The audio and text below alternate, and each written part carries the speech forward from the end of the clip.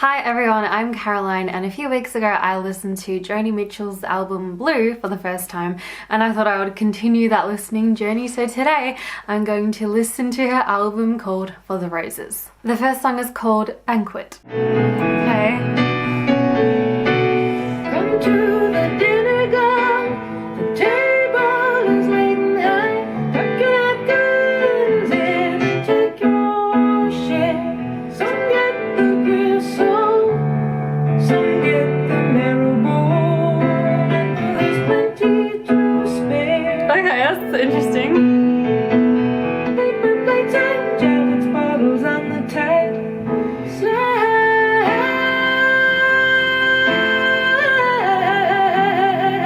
Some turn to Jesus, and some turn to heroin. Some watch the kids grow up, some watch their smokes and bond. Angry young people crying.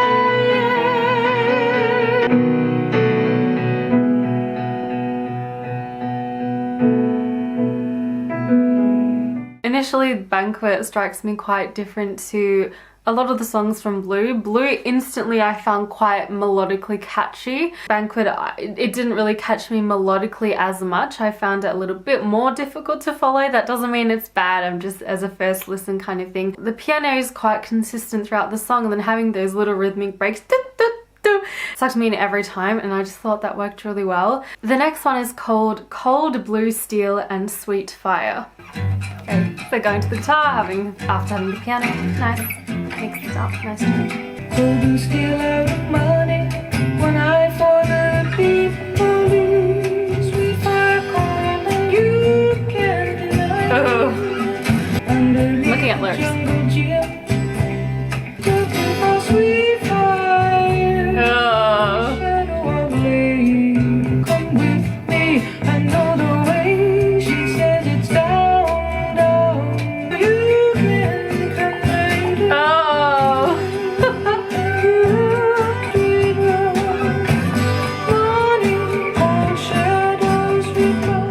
I'm just thinking out loud here, but some people's voices are enhanced by the instruments they sing with, and the guitar just like enhances her beautiful quality of her voice. She says it's down, down, down. And of course going down as she sings down. I like it. Contact somebody first.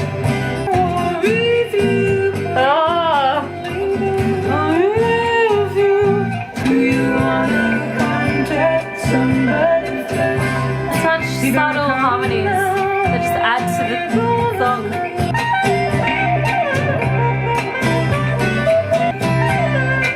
Some sort of saxophone? I'm not sure. I'm enjoying this one more than the first.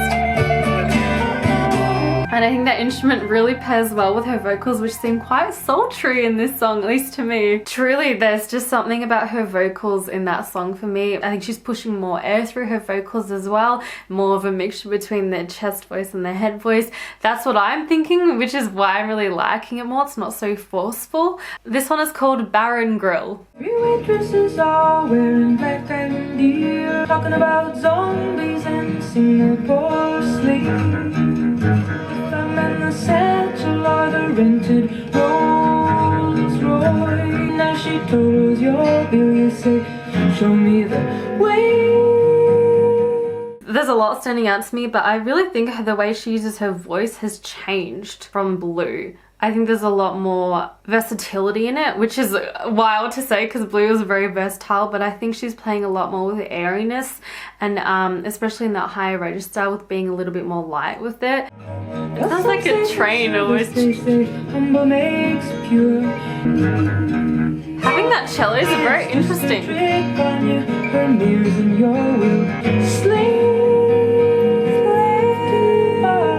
So nice and airy there. Guy at the gas pump, he's got a lot of soul. Trying to figure out what these instruments are. Is it like an airy synth? And then you got like the sax at the end. It sounds like just like we did in the previous song. The way the cello was played in that almost made this sound more proper. I think it's always interesting to be like, oh, what if they chose another instrument that's a bass instrument? It would have sounded so incredibly different and made things feel differently. The next one is called Lesson in Survival. I'm kind of just preparing for like heart-wrenchingness. That's my guess. Guru books, the Bible, only a reminder that you're not good enough. You need to believe in something once I could enough. That's fine sometimes, but I know my need. You and me, deep kisses and the sun goes. There seems to be a moment with the arpeggiating piano, the lyric was doubling in that, and it just was unexpected and nice. I can't seem to make it with you socially. Love to see that green water in motion. I went to see a friend tonight, was very late when I walked in. I came in as bright as a neon light, and I burned out right there before him. I will always love you, hands alike.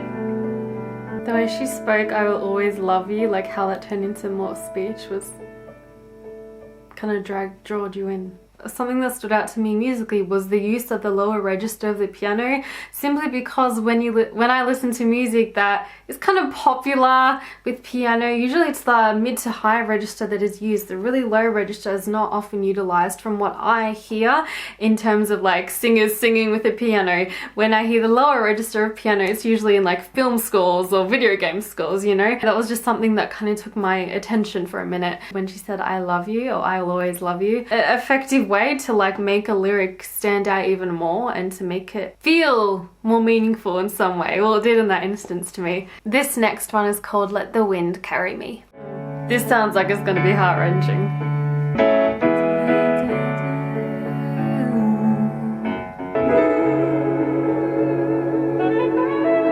Not what I was expecting. Her voice is so crisp. Oh.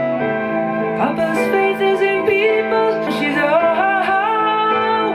cleaning. She don't like my kid plate skirt. She don't like my eyelids painted green.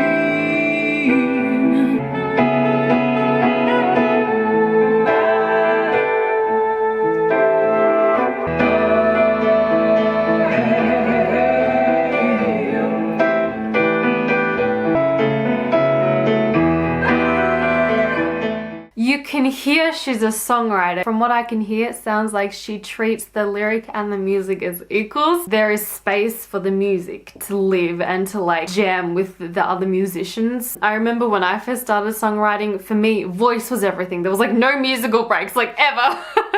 And to me, it just seems like she's a really skilled musician, not only vocally, not only as a lyricist, but as in playing the instruments. And I think you can hear that. Got a few wood. Oh wow, okay.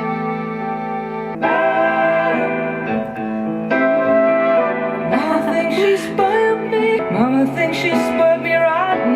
She blames herself, but Papa, he blesses me. Sometimes I get that feeling and I wanna settle and raise a child up with somebody. I don't have too much to add other than she really is like an artist I've never heard before. This song is called For the Roses, title of the album, so I'm intrigued to hear what it is. Heard it in the wind last night, sounded like applause. Seen you face to face, the night I can feel it. There's something very enjoyable about that half step down like melody with the guitar. It's like ooh. That melody right there could sound very creepy, but the instrumentation as it is and her vocals, it sounds enjoyable. Like it's really nice. These notes on butterflies and lilac sprays from girls who just saw you somewhere. Some office sits apart and he trembles as he sings and the lights go down and it's just you up there. Calculation, well, who's to know if the next one in the nest in the summer, no more shiny hot nights of light. I'm trying to see if I can understand the lyrics, and I don't think I'm quite as deep as she. The next one is called See You Sometime. I'm gonna guess it's on a piano, just cause. Yeah.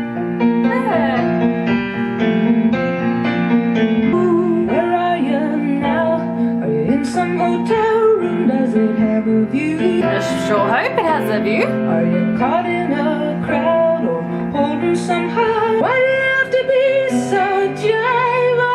Okay, hang up the phone, it hurts. I'd still like to see you sometime. She's being much more airy in her vocals in certain parts of this song, like with the head. So good, free from the boulders like a mama lion. Oh, I don't know, I spring for the ball. The way she chooses to be airy in mid-sentence is very, it's so unique. Love it. I'm not ready to change my name again, but I'd just like to see you sometime. Is this real about her and her ex? She was dating a musician, wasn't she? Suspenders, I can meet you.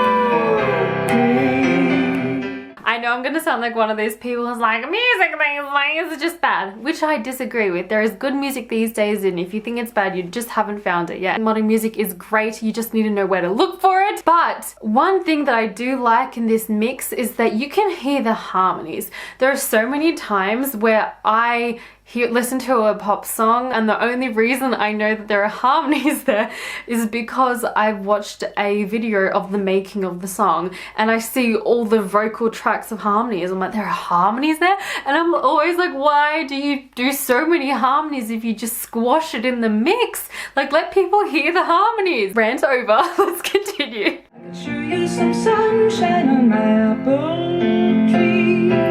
So in the hopes that's so slim, I just should like to see you.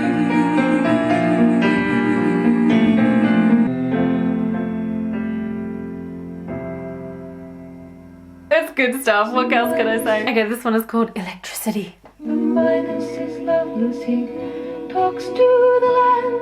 She don't know the system, plus she don't understand. She's got all her own fuses and splice that don't get charged back. And the technical man, you're gonna fix it all too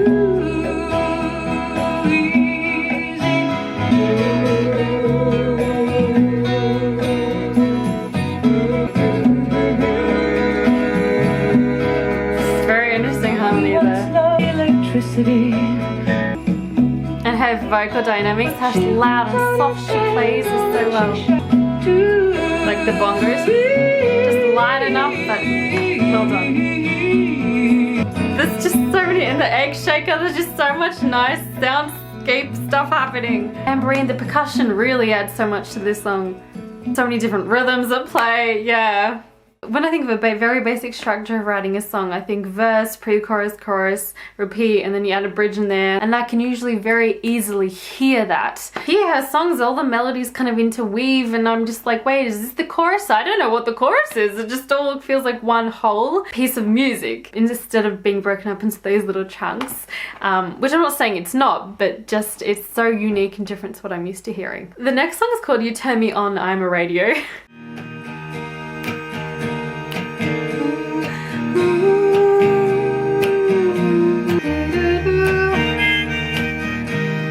Try to guess the melody.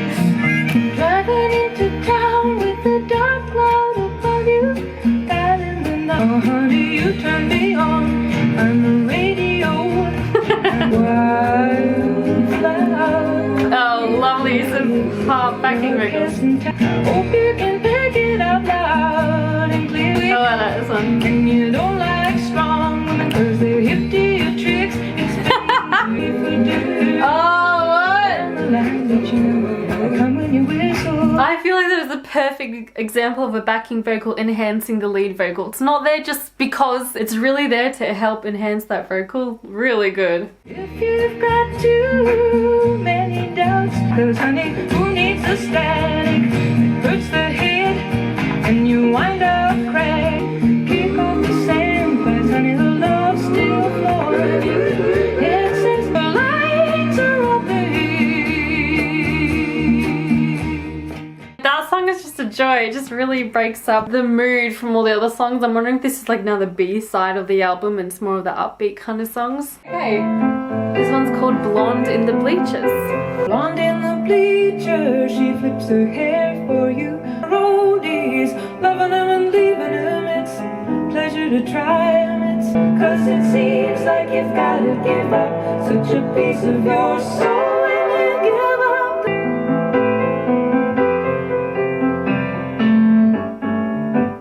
Similar to the first song, having those rhythmic breaks. From stand, she says you can't hold her hand. Oh, nice! Don't count on your plans with the rock and roll man. I think this is the first time we have like a drum kit in her song in this album. Speeding up tempo. Her use of backing vocals and harmonies, I think, really kind of like showing me with the power of what a backing vocal can do. I think sometimes I feel the pressure to put a harmony in there just to make it more interesting, but I feel like these harmonies are so unique. It feels like they are serving a purpose. This one is called Woman of Heart and Mind. I am a woman of heart and mind, and I give you my scorn and my praise. For another lover, or your sister, or the queen of your dreams. Do you really care? Do you really smile when you smile? Imitate the best, the rest you memorize. And you impress me most times when you don't try. Don't even try. I just want to say, as a first listen, it is kind of difficult for me to catch all the lyrics, so if there's all like lots of meaning to these songs, I'm not necessarily commenting on it right now. It's, you know, it's hard for me on a first listen to kind of get everything all the time. And we've come to the last song of the album, which is called Judgement of the Moon and Stars, Ludwig's Tune. That was Beethoven's name, so I'm curious if this is going to have a more classical arrangement to it, which instantly is making me think it's going to be heavily on the piano, melancholic, dramatic, maybe very motivic. Maybe there's going to be a melody that's very recurring. I don't know. Let's see. Okay,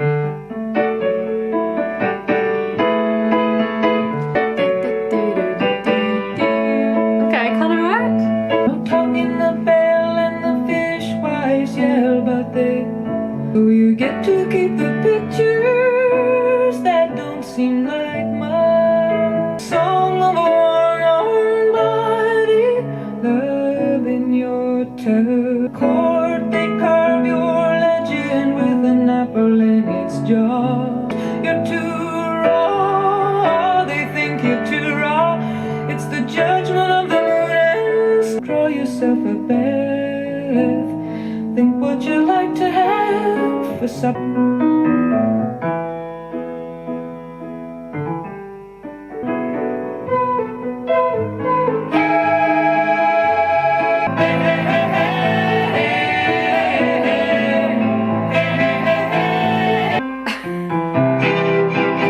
Okay.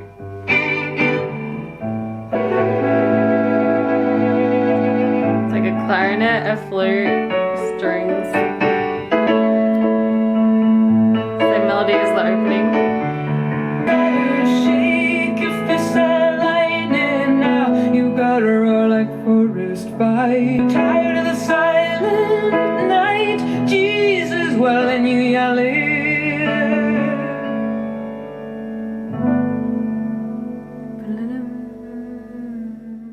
That's left me feeling very like, I don't know where she recorded these songs, if they were in one studio, but whatever mic and whatever like treatment her vocals have gotten, oh my lord, like I want to know how that's done. It sounds like I'm in the room with her, like it's so present and forward and clear. The way she's singing in some songs to me sounds like kind of like a folk technique, like almost like a yodeling. The way she kind of flips her voice, I don't know what the term for that is, but that's something that seems to be done far more in this album than I heard in Blue. Thank you for everything, for your kind comments, for your sharing, for liking, for just watching. I appreciate it, and I hope you like this, and until next time, bye.